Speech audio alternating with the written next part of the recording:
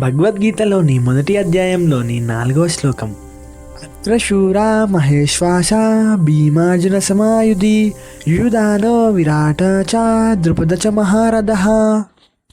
కురుక్షేత్ర యుద్ధరంగం సిద్ధమైంది. రెండు వైపులా మహాసైన్యాలు నిలబడ్డాయి. ఆ సమయంలో దుర్యోధనుడు పాండవుల సైన్యాన్ని చూసి తన గురువు ద్రోణాచార్యుడి దగ్గరికి వెళ్ళి మాట్లాడడం ప్రారంభించాడు. గురువర్యా, ఈ పాండవుల సైన్యంలో ఉన్న యోధులు సాధారణులు కాదు. ఇక్కడున్న వీరులు గొప్ప ధనుర్ధారులు. యుద్ధంలో భీముడు అర్జునులతో సమానమైన శక్తి కలవారు. యుయుధానుడు ఉన్నాడు, విరాటుడు ఉన్నాడు, మరియు మీ శత్రువు అయిన ద్రుపదుడు కూడా మహారథుడిగా నిలబడ్డాడు. దుర్యోధనుడి మాటల్లో ధైర్యం ఉన్నట్టే అనిపించినా అతని మనసులో ఒక ఆందోళన ఉంది. ఎందుకంటే అతనికి పాండవుల బలం ఎంత గొప్పదో తెలుసు.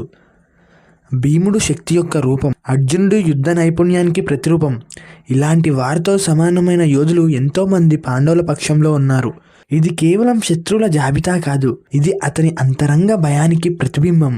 దుర్యోధనుడు తన గురువుని అప్రమత్తం చేస్తున్నాడు. మనకి ఎదురు నిలబడ్డవారు చిన్నవారు కాదు అని అతనికి గుర్తు చేస్తున్నాడు. మన జీవితంలో కూడా బయటకు మనం ధైర్యంగా కనిపించినా లోపల ఒక సందేహం, ఒక భయం ఉండవచ్చు. కానీ అదే భయం మనల్ని జాగ్రత్తగా ఉండేలా చేస్తుంది. అసలు జ్ఞానం ఏమిటంటే పరిస్థితిని పూర్తిగా అర్థం చేసుకోవడం, ప్రత్యర్థి బలాన్ని గుర్తించడం. అప్పుడు మాత్రమే సరైన నిర్ణయం తీసుకోవచ్చు.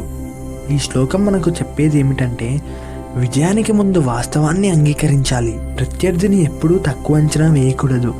ధైర్యం అంటే భయం లేకపోవడం కాదు, భయాన్ని తెలుసుకుని ముందుకు సాగడం. జై శ్రీకృష్ణ.